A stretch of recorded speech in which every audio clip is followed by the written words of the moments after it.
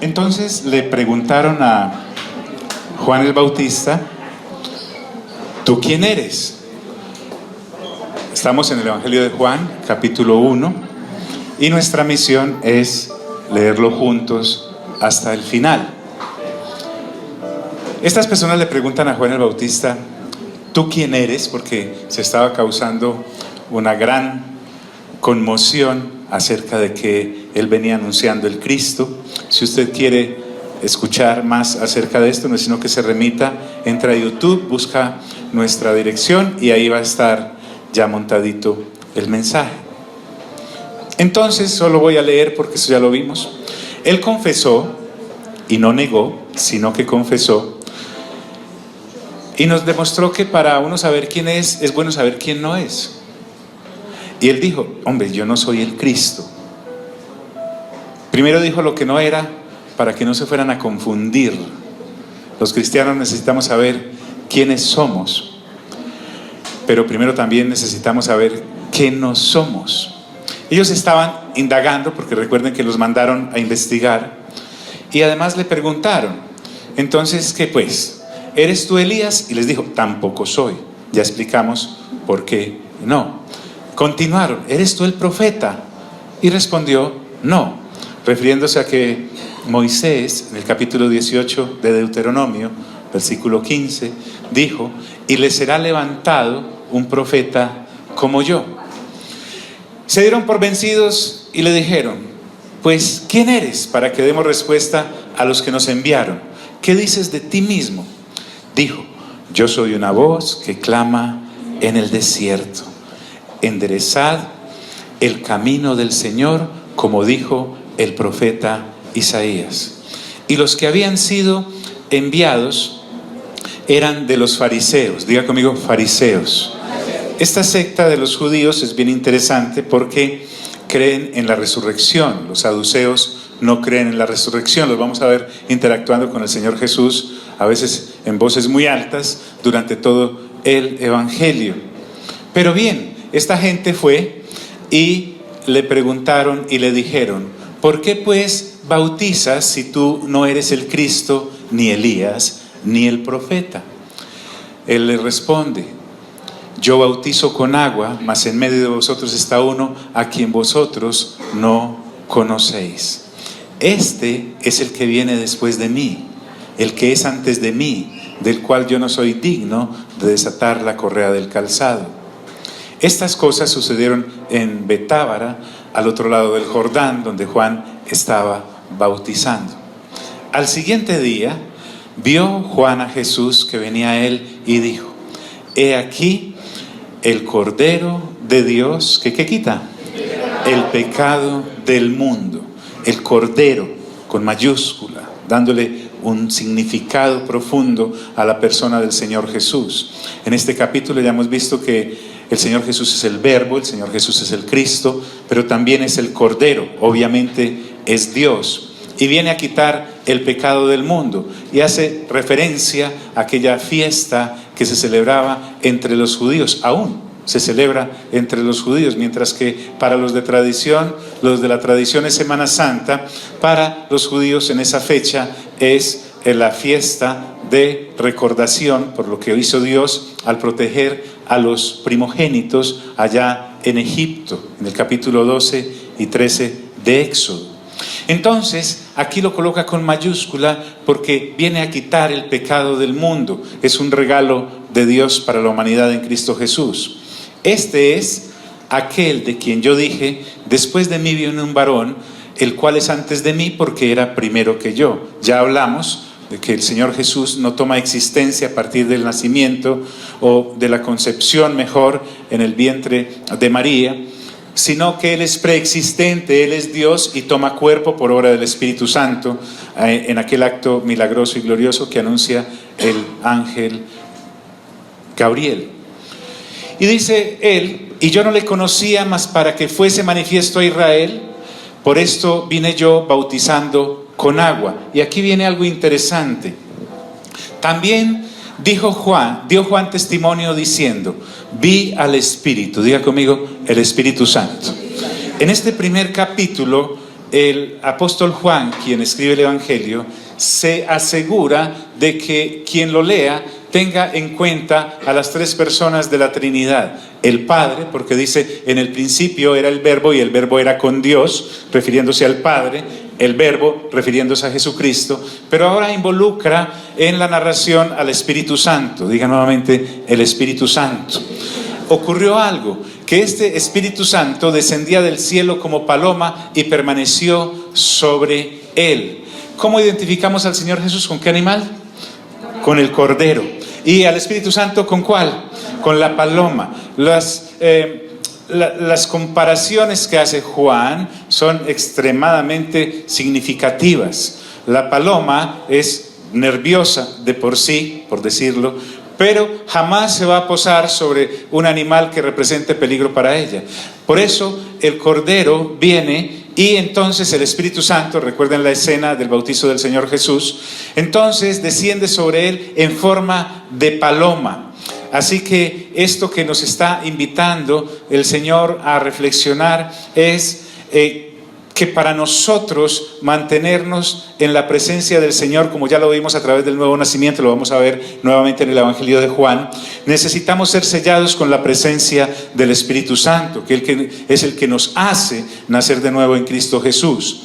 Entonces el carácter tiene que ver mucho en esto. Lo primero que llega el Espíritu Santo a tratar en la vida de un nacido de nuevo es su carácter. Diga conmigo, carácter.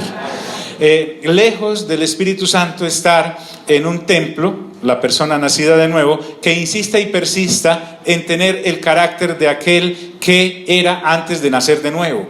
Por eso vamos a ver en Colosenses capítulo 3 los martes, que estamos ya en el capítulo 1 terminando, que unas conductas son necesarias de dejar en el caminar, en el discurrir del tiempo del nuevo creyente. Hay unas conductas que con el tiempo tienen que ir desapareciendo por la lija, por el cincel, por el martillo, por el roce con la presencia de Dios. Nuestro carácter se va transformando de gloria en gloria, como el Señor Jesucristo lo manifiesta a través de su gracia. Uno de ellos entonces es que debemos ser como aquel que nos ha llamado a nacer de nuevo, como Jesús. La invitación nuestra, o la invitación que la Trinidad nos hace, es a que seamos como Jesús, no es a que Jesús sea como nosotros. No es un Dios a nuestro pedido, son unos creyentes a la forma de Dios. ¿Me hago entender? El carácter, vamos a verlo también en el asunto del Evangelio de Juan. Entonces dice que este Juan vio al Espíritu que descendía del cielo como paloma y permaneció sobre él. El Espíritu Santo permanece, diga eso conmigo, permanece. La vida triunfante de un creyente es por la permanencia del Espíritu Santo en su vida. Él dice, Juan, y yo no le conocía, está hablando Juan el Bautista, pero el que me envió a bautizar con agua, recuerden, Juan vivió gran cantidad de años en el desierto. En el desierto él no estaba siendo un vago, era una persona que estaba cumpliendo un plan o un propósito de Dios para su vida. La valía de un ser humano es cuando descubre cuál es el propósito de Dios para su vida. No es desarrollar el propósito de mis padres para mi vida, no es desarrollar el propósito de mi marido para mi vida, de mi mujer para mi vida, de mis hijos. No es ese concepto de la familia caída el que viene a ponderar la presencia del Espíritu Santo en la vida de una persona, un hombre o una mujer. No, es cumplir un plan, un propósito. Fíjese esto, el Señor aparta a Juan el Bautista desde el vientre de su madre. Diga conmigo, desde el vientre. Le da un destino, y el destino de Juan el Bautista era apartarse a vivir en el desierto. En el desierto conversar y hablar con el Padre por la misma presencia del Espíritu Santo. Se vestía extraordinariamente raro. No tiene nada que ver con los estándares que el mundo caído nos ofrece de victoria y de triunfo. Una persona de éxito, si la comparamos con Juan el Bautista, fue un completo fracasado desde el punto de vista del mundo. Vive alejado de su familia, en un lugar desierto. Pero allí en ese lugar desierto es donde la palabra de Dios viene a Juan. En Lucas capítulo 3 dice la Escritura, que siendo emperador fulano de tal, que siendo tetrarca y gobernadores fulanos de tal, que siendo inclusive sumos sacerdotes Anás y Caifás, la palabra de Dios no llegó al palacio del emperador, no llegó a los palacios de los gobernadores o de los tetrarcas, no llegó a la religión oficial de la época representada por Anás y Caifás. Dice que llegó a Juan en el desierto. Diga conmigo, en el desierto. Entonces, lo que puede ser éxito para el mundo es un completo fracaso a los ojos de Dios. Y lo que parece ser un fracaso a los ojos de los hombres es un completo éxito a los ojos de Dios. Entonces, recuerden que cuando el Señor Jesús estaba acá, Él es presentado a Herodes. No le dice ni mu. Es presentado a Pilato. Le dijo 2 o 3 cosas. Sin embargo, vamos a notar que el Padre le habla a Juan el Bautista de manera constante en ese desierto. ¿Para qué estaba preparando Dios a Juan el Bautista? Para 3 cosas básicas. La primera, enviarlo a bautizar con agua. Ya vimos el significado de eso. La segunda era para reconocer el Cordero cuando el Espíritu Santo se posara sobre él. Él estaba súper pendiente de esas 3 cositas. Y la tercera era que cuando lo viera, dijera: he ahí que el Cordero de Dios que quita ¿qué? El pecado del mundo. Disculpe, ¿cuántas empresas dice que fundó Juan el Bautista el Evangelio de Juan? ¿Cuántas? Ninguna. ¿Qué estudios hizo Juan el Bautista? Pregunto. ¿Cuántos posgrados y especializaciones hizo? ¿Qué carrera estudió? Un completo fracaso. Además, no dice por ningún lado que se haya casado. Ya tenía 30 años, estaba quedado. Entonces, a los ojos de aquellas familias que piensan que uno vino a este mundo para casarse, para tener niñitos, verlos crecer y después criarles los nietecitos, a los ojos de cualquier persona, inclusive de los judíos, Juan era un completo fracasado, pero era un victorioso a los ojos de Dios. ¿Están aquí mis amigos? Entonces, este Juan, cuando ve al Señor Jesús, dice: he ahí el Cordero de Dios. Pero no lo inventó de él. ¿Por qué? Porque el Padre, en su comunión con él en el desierto, le había dicho: mira, vas a bautizar con agua, él va a aparecer por ahí y voy a darte la señal inequívoca. Cuando el Espíritu Santo descienda sobre esa persona, ese es mi Hijo amado en el cual yo tengo complacencia. ¿Están aquí mis amigos? ¿Qué siguió para Juan el Bautista? Un pequeño recorrido con los discípulos que ya tenía. Luego lo encarcela Herodes, luego lo decapita y lo último que sabemos de él es la cabeza de Juan Bautista en una bandeja. A los ojos de aquellos que hacen revistas de personas que triunfan, ni siquiera lo mostrarían. Estamos aquí, amigos. Pero vemos que es la persona que Dios usa para que anuncie el ingreso de su Hijo visitando la tierra por primera vez. Y yo no le conocía, pero el que me envió a bautizar con agua, aquel me dijo: sobre quien veas descender el Espíritu y permanece sobre él, ese es el que bautiza ¿con qué? Con el Espíritu Santo. El que bautiza con el Espíritu Santo. Ahora me muestra cuál es el programa de acción del Señor Jesús. Bautizar con el Espíritu Santo. Qué error tan craso hemos cometido los predicadores por décadas, por centurias. Hacerle creer a la gente que vino a salvarlos. Es bueno, Él salva, creemos en eso. Hacerle creer a la gente que Él vino a sanarlos. Es bueno, Él sana, a veces sana, muchas veces sana, creemos en las sanidades.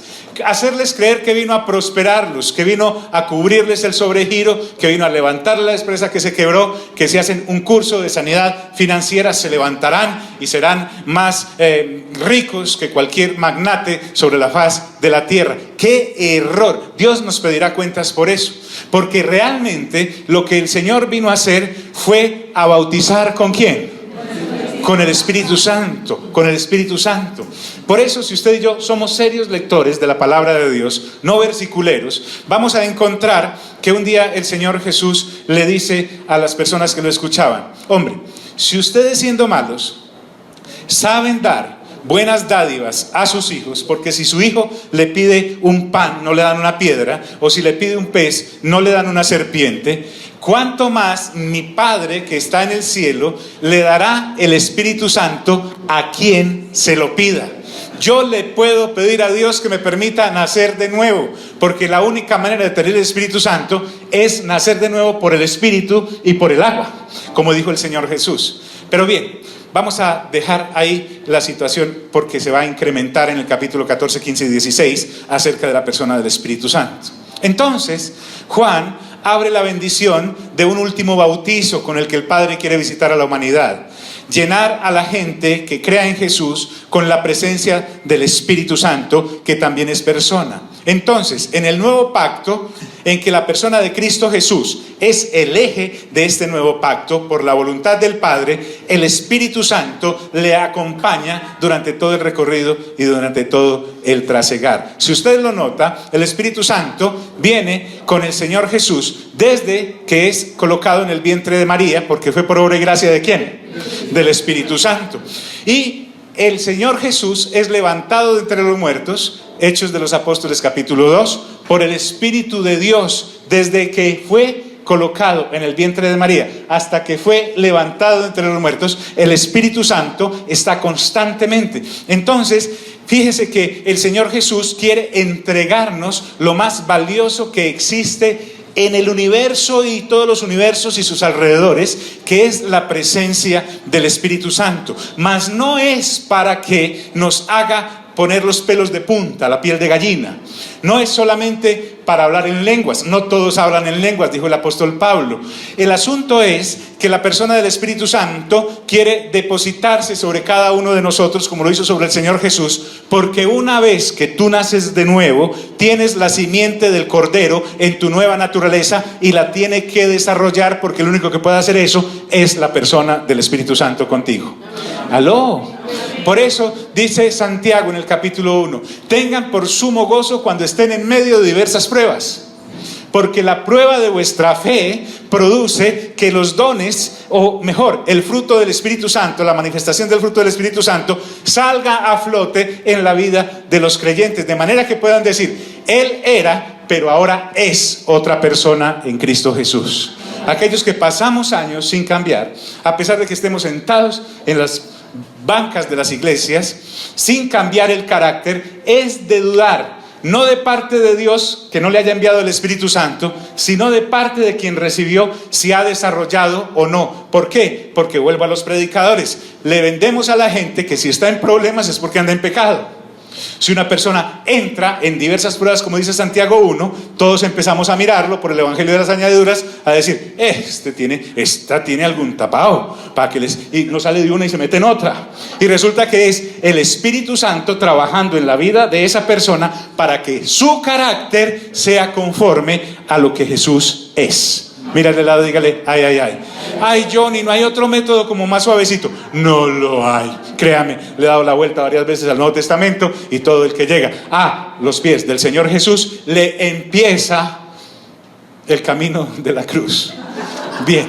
Ay, me va a asustar, John. Asústese, pero no se devuelva. Siga adelante. Ese es el que bautiza con el Espíritu ¿qué? Santo. Y dice Juan el Bautista, y yo le vi y he dado testimonio de que aquel sobre el que desciende en forma de paloma el Espíritu Santo y permanece sobre él, es ¿quién? ¿Quién? El Hijo de Dios. Diga conmigo, el Hijo de Dios. Bueno, hasta ahí. Vamos. Pero es que él vino a una humanidad que vivía una vida cotidiana y él entró a esa cotidianeidad. ¿Lo dije bien? Muy bien. Él entró a ese día a día. Al siguiente día, dice la Escritura, otra vez estaba Juan el Bautista y 2 de sus discípulos. Juan el Bautista tenía discípulos. Estos discípulos estaban detrás de este rabí llamado Juan el Bautista y lo seguían. Parece que Andrés era uno de ellos, según Juan 1:41. Y es posible que Juan el Evangelista fuese el otro. Vamos a estar seguros de Andrés. Lo de Juan dejémoslo ahí en el capítulo allá en la Nueva Jerusalén, sabremos si era o no era. Pero parece ser. Porque había gente en Israel que sí estaba esperando la llegada del Mesías. Habían dedicado su vida, así fuesen pescadores, así fuesen banqueros, así fuesen médicos, estaban esperando que llegara. Lucas esperaba la venida del Mesías, Juan el pescador esperaba la llegada del Mesías.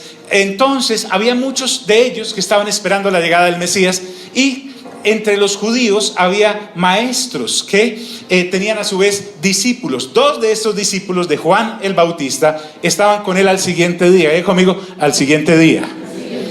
Y otra vez Juan el Bautista ve que por allí andaba Jesús. Comienza entonces una labor de despojo de Juan el Bautista. Vamos a ver que hay un versículo clave en la vida de Juan el Bautista. Leyendo ese versículo uno sabe quién era Juan en Dios. Juan 3:30 dice que Juan el Bautista dijo: es necesario que él crezca y que yo mengüe. Dígalo, es necesario que Jesús crezca y que yo mengüe. Y mirando a Jesús que andaba por allí, él no es el maestro ordinario que no permite que los discípulos reciban una influencia diferente a la de él. Como Juan sabía quién era, también sabía qué era lo que debía hacer. Cuando uno sabe quién es, por fin sabe qué tiene que hacer. Usted en esto necesita definirse en la vida. Saber qué es, quién es usted, lo centra en saber qué hace usted. Muchas personas dicen que tienen ministerio, y hay ministerio de apóstol, de profeta, de evangelista, de pastor y de maestro. Y cuando uno está claro de quién es en Dios, por ejemplo en esa área ministerial, sabe a qué se debe dedicar. Un pastor debe tener claro qué es lo que debe hacer basado en quién es en Cristo Jesús. Váyame siguiendo en esto. De manera que usted y yo necesitamos entender esta situación. Hace muchos años, 3 décadas como mínimo, estábamos en la congregación en Envigado, y resulta que alguien se arrima con una buena idea para nuestra pastora, no esta pastora, sino la pastora nuestra, y le dio una buena idea y le dice: pastora, ¿usted por qué no monta como una especie de lugar en la que pueda tener algunas utilidades dirigiendo a la gente en alguna situación? Mejor dicho, lo que quieren decir es, como usted llega a tanta gente, si de pronto vende algún producto, pues se tapa de plata, ¿cierto? Entonces esta persona llena de sabiduría mira a esas personas que estaban de buena fe tratando de ayudar, les dice: es que hay un pequeño problema. Dice: ¿y cuál es? Es que Dios a mí no me mandó a vender cosas, sino a predicar la palabra de Dios. Queda uno como Cuando una persona sabe quién es, también sabe qué es lo que puede hacer. ¿Qué es lo que puede hacer? ¿Están aquí mis amigos? Y mirando a Jesús que andaba por allí, Juan el Bautista, porque había llegado el cumplimiento de todas las promesas. Para eso se había estado preparando 30 años desde el vientre de su madre Juan el Bautista, solo para este momento. A veces pensamos que necesitamos hacer cosas largas en la vida si queremos ser usados por Dios. Pues no. Usted puede, por ejemplo, ver un hombre que tenía un aposento en donde el Señor Jesús celebró la última cena. Y más o menos ese hombre en la escritura no se sabe el nombre, no se sabe quién era, solo se sabía que tenía un aposento.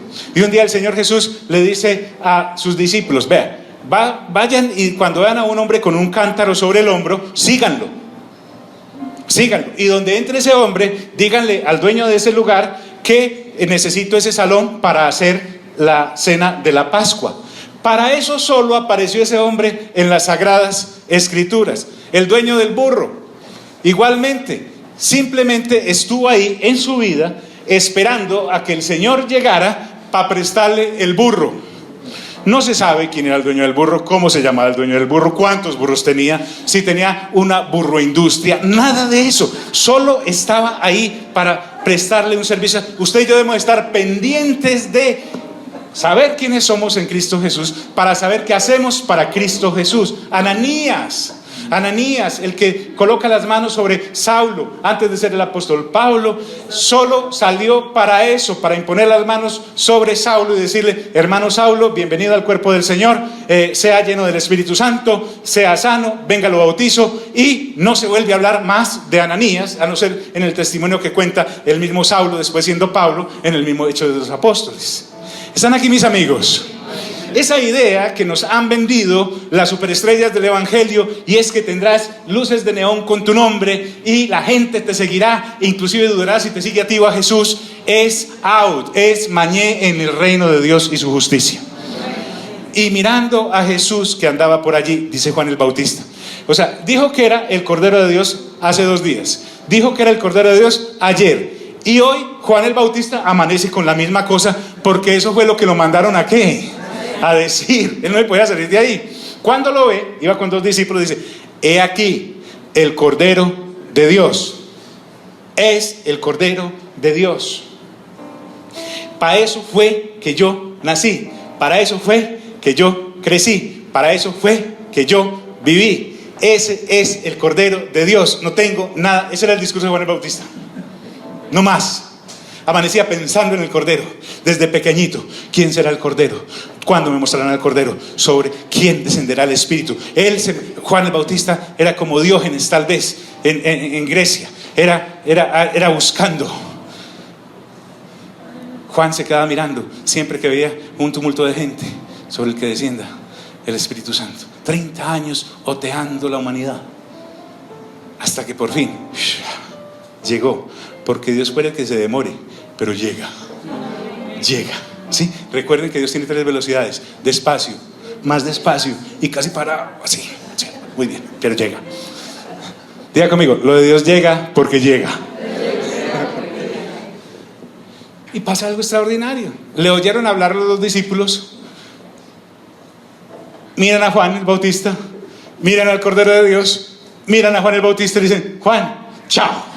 No hubo cena de despedida, lágrimas y moqueos, nada, porque Juan había estado preparando a la gente para la llegada ¿de quién?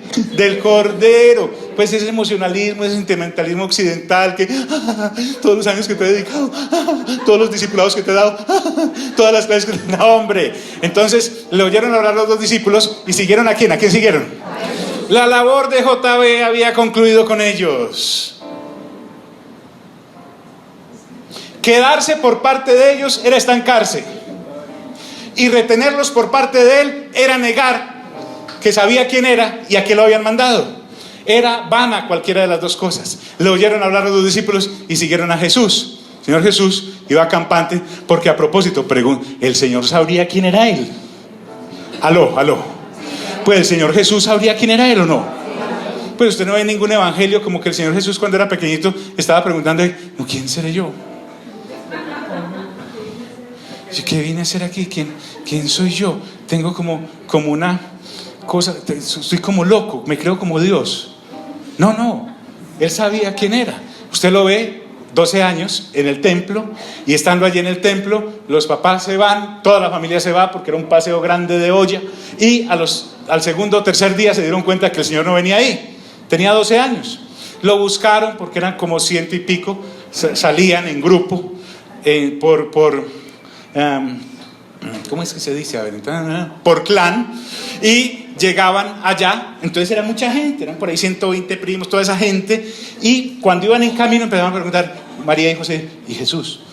Ay, no sé. Le preguntaban a la tía, le preguntaban al tío, se fueron devolviendo. No está Jesús. Se devuelven, llegan y lo encuentran ¿dónde? ¿Dónde lo encuentran? ¿En la casa de quién? ¿En la casa de quién? Del Padre. Entonces, cuando lo encuentran, el extrañado del Señor Jesús: ¿y ustedes dónde me estaban buscando? Pues, ¿en los billares o qué? ¿Cierto? No, en la casa de mi Padre me es ¿qué? Necesario estar. Y estaba hablando con los de la franquicia, de la gente que se había adueñado la enseñanza en el templo, de 12 años, y ellos sorprendidos de la sabiduría que había en este aparecido. Porque el Señor Jesús sabía quién era, aunque la gente no supiera ni valorara quién era Él. Mira al de lado, dígale: ay.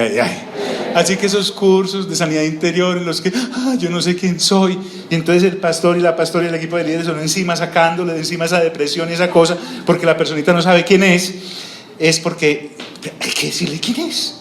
Si nació de nuevo, ¿es un hijo o una hija de quién? De Dios. Está completamente equipada. Equipada.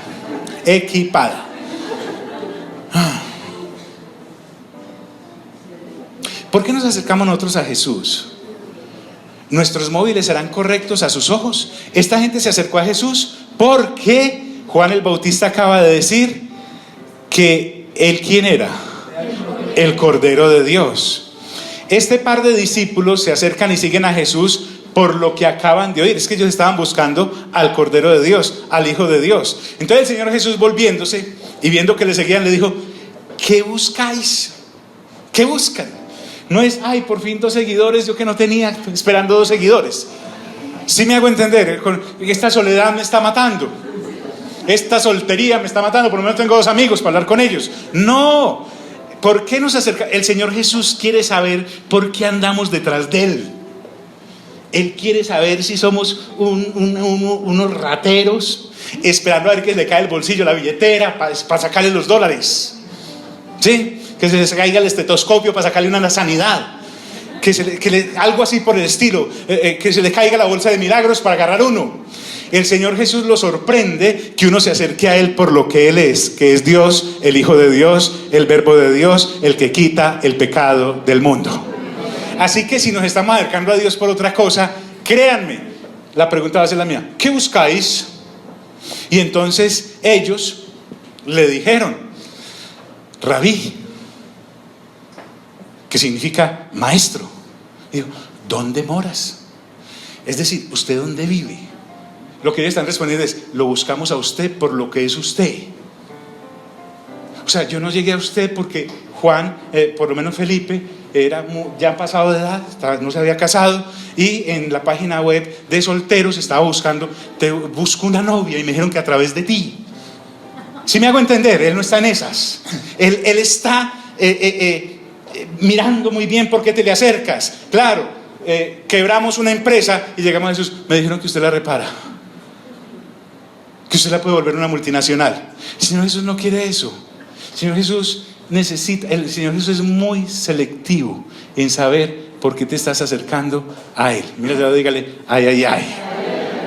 Entonces ellos le dicen: maestro, ¿dónde vives? Y Él les dijo: no, los veo bien, vengan y vean. Y fueron y vieron dónde moraba. Ese venid ahí no es si quieren me acompañan cuando tengan tiempo, ¿me entiende? El fin de semana, cuando estén muy ocupados. No, esto es una orden: venid. Venid, aquí no estamos buscando adeptos. Venid y ved. Y fueron y vieron dónde moraba. A la vez que era una orden, era una invitación. Ellos fueron y vieron, y algo ocurrió en la vida de esos hombres, y se quedaron con Él aquel día y todos los días por el resto de su vida. Entiéndame, se fueron a vivir con Él. En la casa de estos muchachos quedó una cama vacía. Quedó una cama vacía. ¿Por qué? Porque se quedaron con Él aquel día, y vamos a ver que siguieron con Él, porque además era muy tarde y se quedaron con Él.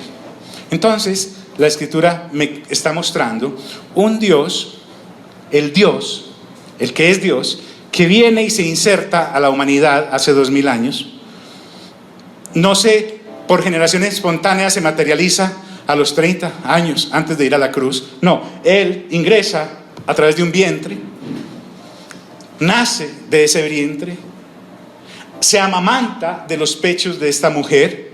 El Evangelio de Lucas recuerda que una mujer, escuchando hablar del Señor Jesús, esa señora llega y dice: bienaventurado el el vientre que te dio a luz y el seno que mamaste. Así dice la versión del 60, pero me gusta la versión de hace 60 años.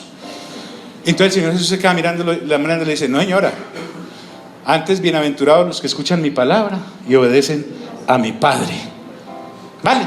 Entonces Él va en todo ese proceso para encontrarse con estos 2 individuos que acaban de escuchar que Él es el Cordero, el Hijo de Dios, y se quedaron con Él aquel día porque era la hora 10ª, es decir, eran la 10ª, era como las 4 de la tarde. Muy bien.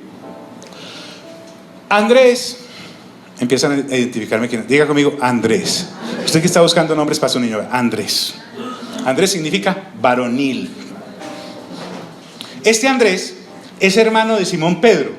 Era uno de los discípulos de Juan el Bautista, que le dijo: Juan, chao. Mire pues, vuelvo al punto. No hubo un Juan el Bautista: ay, ¿por qué se van? Ingratos. No. Ellos no dicen: ay, maestro. No, chao. Es que eso es lo que estábamos buscando. La misión nuestra es llevar a las personas a Jesús, no hacerlas adictas a uno.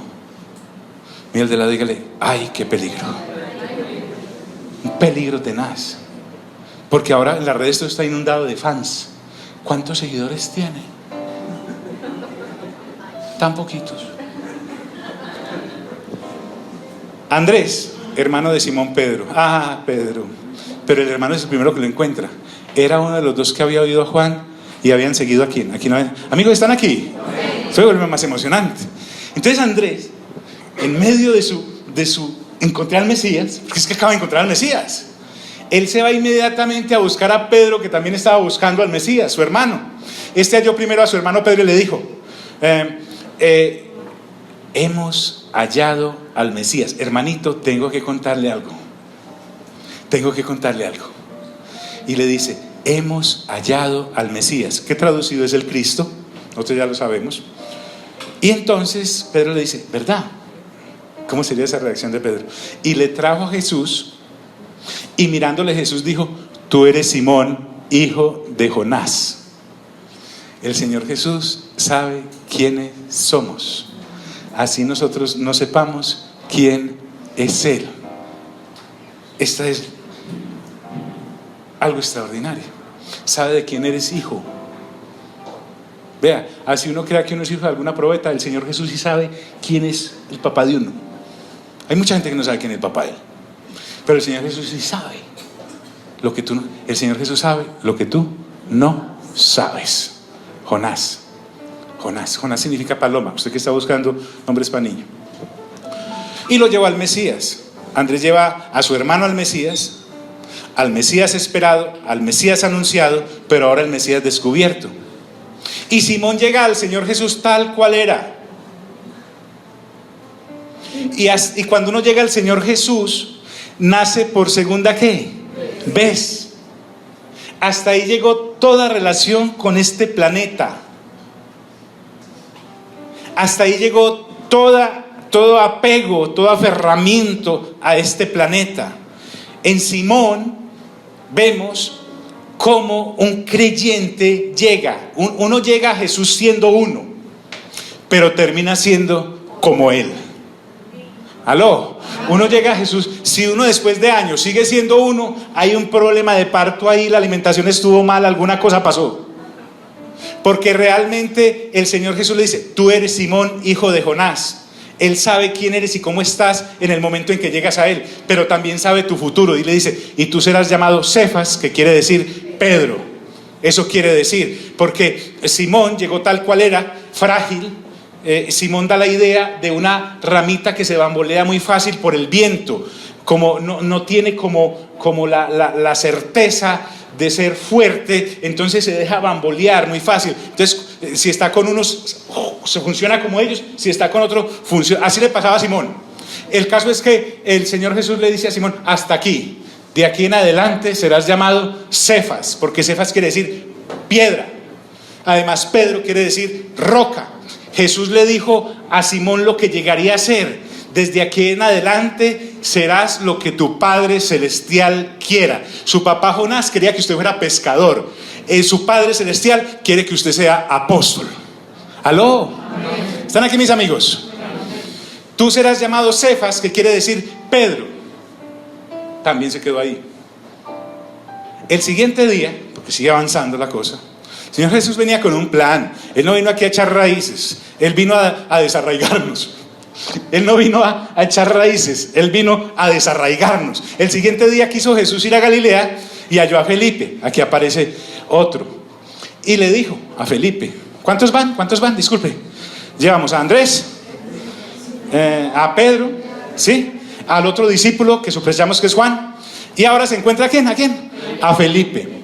Felipe significa para quien esté buscando nombres para niño, aficionado a los caballos. Usted conozca a un Felipe y por algún lado le gustan los caballos. Amador de los equinos, así se llama. Entonces, al siguiente día, quiso Jesús ir a Galilea y halló a Felipe. Al contrario de aquellos que lo buscaron a él, ahora es Jesús el que busca a Felipe. No hay un método. No hay un método. Porque cuando leemos libros escritos del Señor Jesús por otras personas, mire, recuerde que la tradición tiene una cantidad de cosas que lo alejan de Dios, que se llaman encíclicas, se llaman el librito de no sé qué, etcétera. Entre los evangélicos también hay encíclicas, los libros que hombres o mujeres de Dios han escrito y en vez de llevarlos a leer la Biblia, los alejan de ella.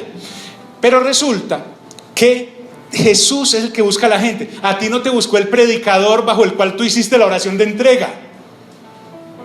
Y entonces, si ese predicador que Dios usó se llama Evaristo, tú eres evaristista. Y ya, y nada, yo veo por los ojos de Evaristo. Y dele, y sigue por ahí. No. El éxito está en que la persona que te lleve a Cristo, te lleve a Cristo, no a la persona que te llevó a Cristo. Y cuando eso no ocurre, el Señor Jesús es el que te busca. Pero yo no debo nunca anhelar la experiencia del otro. Mire que Pedro no está diciendo, lo que me perdí, yo no soy llamado porque el que me llamó a mí fue mi hermano Andrés y no estuve ahí cuando Juan el Bautista dijo, he ahí el Cordero de Dios. Entonces mi hermano Andrés y el otro discípulo sí son más llamados que yo. No hay tal cosa. O Felipe no dijo, ¿cómo así? Yo soy mejor que todos los otros porque usted es el que me está llamando a mí y no a través de alguien. No, qué privilegio. Dios mismo es el que te llama. Felipe llamó a Felipe y le dijo, ¿qué? ¿Qué le dijo? Sígueme. Y no es así, se me puede seguir. Créame, yo sé de caballos. Si le contara. Sí, por allá en los capítulos finales de Apocalipsis, yo vengo en un caballo blanco. Sí, usted me verá aquí entrando en un burrito a Jerusalén, pero en el retorno yo vengo en un caballo blanco. Y todos los valientes míos vendrán también en caballos blancos, muchos. Mejor dicho, lo que le estoy diciendo es que en el cielo yo tengo un establo, allá se va a divertir mucho. Él no le prometió nada de eso. Él le dijo, ¿qué? Sígueme, porque Jesús sabía que Jesús era ¿quién? ¿Quién era? Dios. ¿El hijo de quién? De Dios. El Cordero. ¿El que quita qué? El pecado del mundo. Y Felipe, que era de Betsaida, la ciudad de Andrés y Pedro, cogió como una barrita, se fue detrás de él también. John, ¿por qué estamos viendo todo esto? Recuerde, nos estamos desatrasando. Estamos mirando acá cómo fue el ingreso del Señor Jesús la primera vez que vino al mundo. Muy bueno, nos emocionamos, decimos, pero qué cosa, qué calidad, yo no había visto eso. Haga cara de que sí lo había visto, sí, ponga cara como que otra vez lo mismo, porque significa, si usted y yo ponemos cara de que no habíamos visto eso, nos damos cuenta de que la lectura juiciosa para renovación de entendimiento, los 9 capítulos diarios, no lo estamos haciendo. Ponga cara de que sí sabe, porque realmente nosotros sí debemos anunciar su primera venida de hace 2000 años, pero tenemos una noticia increíble, una noticia mejor, magnífica, que se llama el retorno del Señor. Por segunda vez regresará. ¿Están aquí mis amigos? Bien. Y Felipe era de Betsaida, de la ciudad de Andrés y Pedro. Aquí aparece otro. Felipe halló ¿a quién? A Natanael. Usted que está buscando nombres para su niño. Natanael significa regalo de Dios, dádiva de Dios. Dádiva de Dios.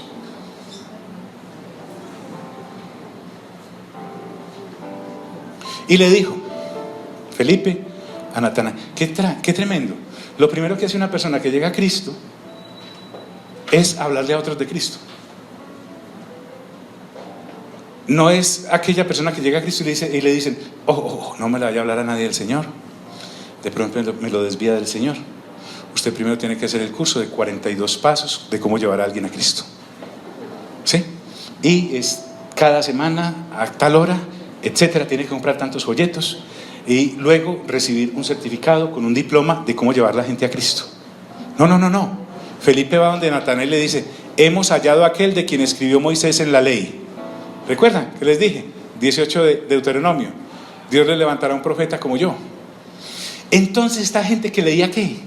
Disculpe, ¿qué leía qué? ¿Qué leía? Aló, mis hermanos. La ley, o sea, las sagradas ¿qué? Escritura. Mire que uno puede leer las Sagradas Escrituras sin conocer a Cristo, pero leyendo las Sagradas Escrituras puede llegar a Él. ¿No le parece interesante? Porque Natanael recibe la voz de Felipe diciendo: hemos hallado a aquel de quien escribió Moisés en la ley. Y también, no solo Moisés, sino también ¿quiénes? Los profetas. Este tipo era escudriñador. Y le dice: hemos hallado a Jesús, el hijo de José de Nazaret.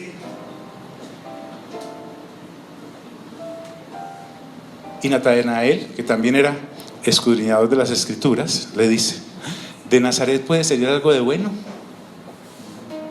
Es que Nazaret era como que... Bueno, no era porque Natanael mirara así como por debajeados a los de Nazaret, sino que Nazaret tenía mala fama. De allá no salía nada bueno. Pero además, de Nazaret no había testimonio en la Escritura que fuese a salir el Mesías o el profeta. Se esperaba que fuera ¿de dónde? ¿Alguien que salve esto? ¿De dónde? De Belén, muchas gracias. Entonces por eso Natanael le dice a Felipe: ¿puede salir algo bueno de allá? Entonces Felipe le dice: ay, eso no me lo enseñaron en los 42 pasos de cómo llevar a alguien a Cristo.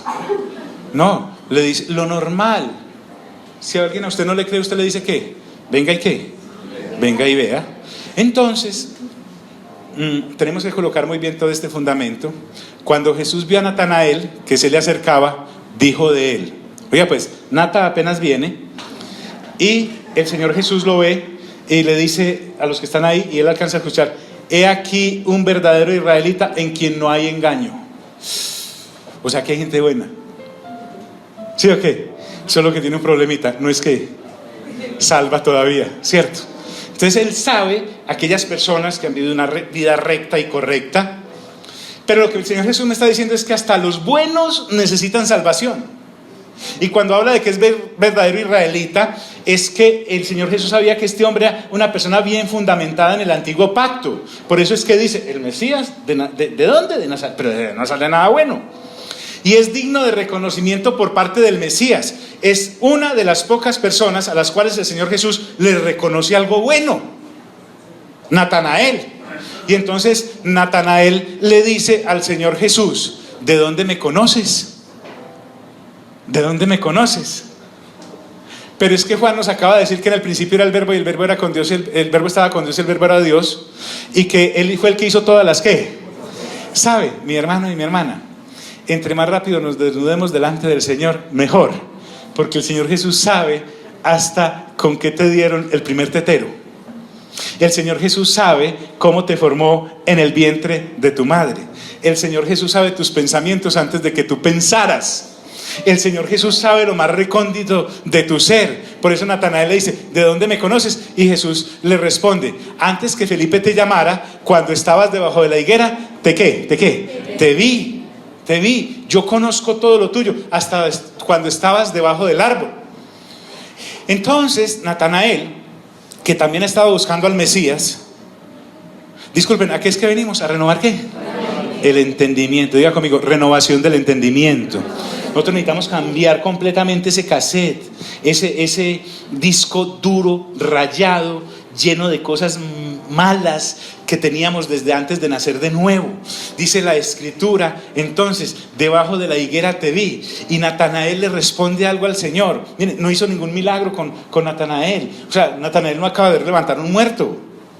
Natanael no acaba de ver que llovió porque estaba haciendo mucho calor y las cosechas por fin se salvaron. No. Respondió Natanael, le dijo: Rabí, ¿tú eres quién? ¿El quién? El Hijo de Dios. ¿Tú eres quién? El Rey de Israel. Su respuesta es clara y contundente. Vuelvo al punto. El Señor también necesitaba saber si Natanael sabía quién era Él, Jesús. Y entonces el Señor Jesús lo admira todavía más y le dice: hombre, porque te dije que te vi debajo de la higuera, ¿crees? Esa respuesta de fe siempre agrada a Dios. Eso nos capacita para ver cosas mayores. Cuando uno le cree a Dios, lo pequeño está capacitándose para lo grande. Entonces Jesús le dice: porque te di debajo de la higuera, ¿crees? Y le promete: cosas mayores que estas, ¿qué? Verás. Cosas mayores que estas verás. Lo contrario a Tomás. Aquí no mencionan cómo halló a Tomás. Tomás seguramente estaba en el instituto de la incredulidad. Pero entonces Natanael creyó para ver. Tomás necesitaba ver ¿para qué? Para creer. Y el Señor Jesús dice: bienaventurado aquel que sin ver ¿qué? Cree. Cosas mayores que estas verás. Es que realmente el Señor nos está capacitando para ver cosas impresionantemente mayores, cosas mayorcísimas que las que nos podemos imaginar. Usted y yo ya sabemos quién es el Cristo, el Hijo del Dios viviente. Pero cuando usted entra a Apocalipsis, entra a un escenario completamente diferente. Esta promesa es para todos. Usted ve que el normal funcionamiento de Dios, su despacho en el capítulo 4, usted entra con Juan cuando, escuche, no vaya a quedarse aquí cuando lea Apocalipsis, cuando en el capítulo 4 la voz le dice: sube acá. Usted no vaya a subir a Juan y quédese aquí mirando, no, súbase con él y llegue ahí con Juan de la mano. Bien, y entonces lo primero que usted va a encontrar es un trono. Diga conmigo: un trono. Y el que está sentado en el trono tiene una apariencia como de jaspe. Jaspe es diamante, tiene apariencia de diamante. Y además tiene un arco iris verde sobre su cabeza, sobre su trono. Y de pronto usted mira para un lado y ve 7 ángeles, 7 llamas de fuego, 7 truenos, que son los 7 ángeles con los que Dios manda a visitar la tierra. Recuerde que usted está ahí con Juan. Cosas mayores que verás. Y eso que nos está mostrando Juan ahí es exactamente lo que vamos a ver. Allá no vamos a encontrar que sean 8 ángeles o que el Señor estaba vestido de otra manera, porque a los que hemos creído, cosas mayores que veremos. Y apenas usted está acomodando, ¡pum!, ve 24 tronos alrededor del trono de Dios. Y en cada trono hay un anciano, y cada anciano tiene una corona. Además, en el kit también tiene un arpa que sacan unos capítulos después, y una copa donde están las oraciones de todos los santos. Y cuando se está medio acomodándose, ¡pum!, ve 4 seres vivientes. Uno tiene cara como de ¿qué tiene? De león. La otra cara es como de becerro. La otra cara es como de ser humano. Y la otra cara es como de águila cuando va volando así. Sí. Y ahí está. Y es real. Diga conmigo: es real. Diga conmigo: cosas mayores veré. Fuerte, fuerte: cosas mayores veré. Cosas mayores que estas verás. Entonces el Señor Jesús en su primera venida, recuerde, estamos en la primera venida. Diga conmigo: primera venida. Y le dijo: de cierto os digo. Vamos a ver esta frase repitiéndose mucho de parte del Señor. No se acostumbre, pues no crea que es la cantaleta de su mamá. Cuando el Señor Jesús dice: de cierto os digo, es con absoluta certeza. Pare bolas.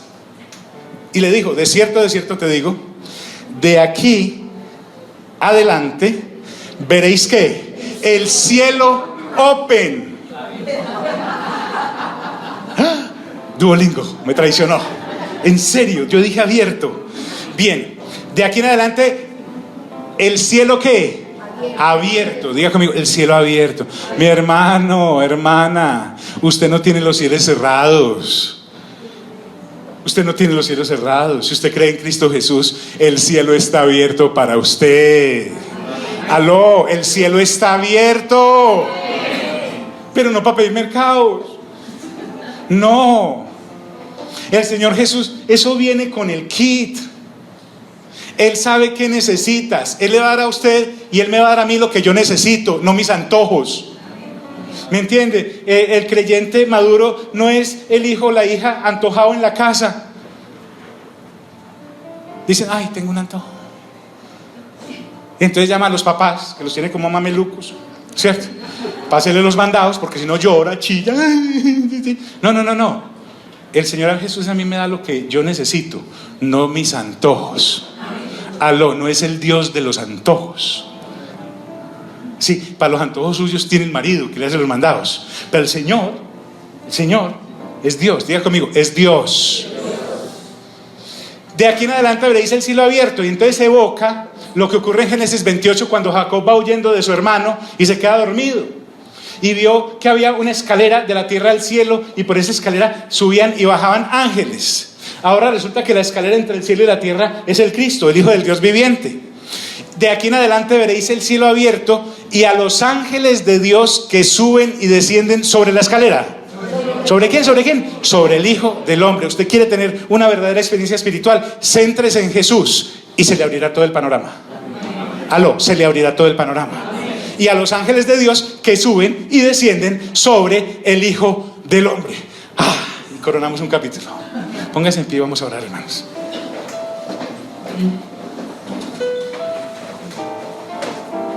¿A quiénes les gustan las bodas? Los matrimonios. ¿A quién les gustan los matrimonios? No estoy preguntando por su matrimonio, sino los matrimonios. Yo sé que algunos están en reforma. ¿Quiere ir a un matrimonio bien, pero a lo bien? Venga el viernes, vamos a ir a las bodas de Caná. Vamos a ver cómo se comporta un hijo de Dios en una boda. Un hijo no, el Hijo de Dios en una boda. Vale. Vamos a ver si llega criticando. Mire todos esos ídolos que tienen. Cuando usted va a una boda, fue a una boda. Pero va a ver el Señor Jesús que quiere en esa boda.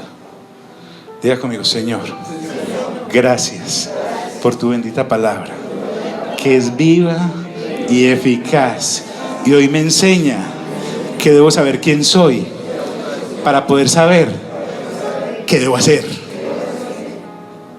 Gracias, Señor, por tu Santo Espíritu, que es Dios, y que al igual que te acompañó a ti, ahora me acompaña a mí.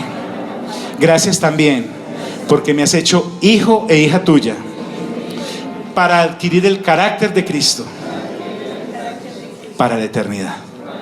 A ti sea toda la gloria y toda la honra, en el nombre de Cristo Jesús. Amén, amén y amén. Gloria a Dios.